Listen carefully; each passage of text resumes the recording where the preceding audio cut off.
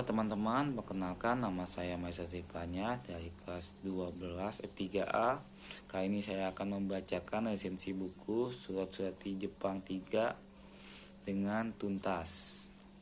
Yang pertama itu ada identitas buku. Sebelum kita masuk ke isinya, mari kita kenal dengan buku ini. Surat-surat di Jepang 3 ditulis oleh Aji Posidi dan diterbitkan oleh Kiblat Buku Utama pada tahun 2018. Buku ini punya 152 halaman dan masuk kategori sosial dan politik. Yang kedua itu ada ringkasan isi buku. Buku ini adalah kumpulan surat-surat yang ditulis Aji Posidi kepada berbagai tokoh di Indonesia saat ia menetap di Jepang. Surat-surat ini tidak sekedar surat biasa, melainkan catatan sejarah personal dan intelektual. Aji Posidi di sini menunjukkan dedikasinya yang tak kenal batas geografis.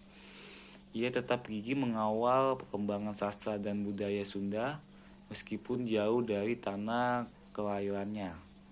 Topik yang dibahas pun beragam, mulai dari proyek penerbitan buku berbahasa Sunda hingga urusan teknis seperti hak cipta dan royalti bagi penulis.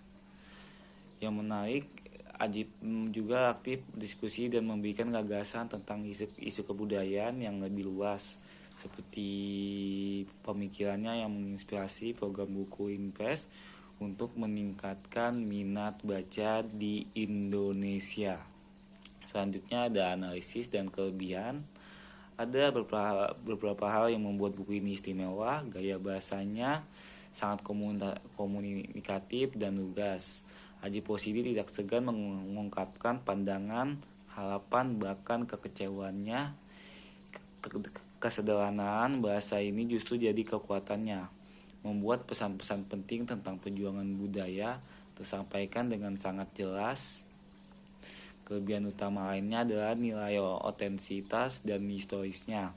Buku ini adalah dokumen primer yang memberikan wawasan mendalam tentang kerja keras Aji Posidi. Bagi para peneliti dan penggemar sastra Sunda, buku ini adalah harta karun yang tak ternilai harganya. Selanjutnya ada kekurangan dan solusi. Namun ada satu hal yang perlu diperhatikan bagi pembaca awam yang tidak terlalu familiar dengan tokoh dan konteks budaya Sunda pada masa itu.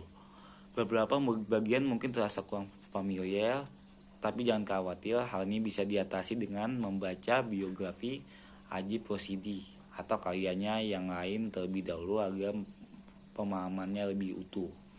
Selanjutnya, yang terakhir ada kesimpulannya.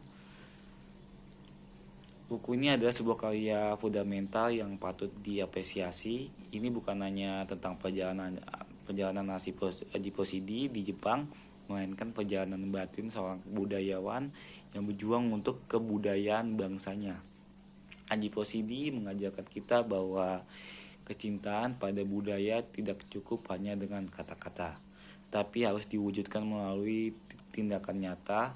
Bahkan hal-hal kecil seperti memastikan royalti penulis terbayar.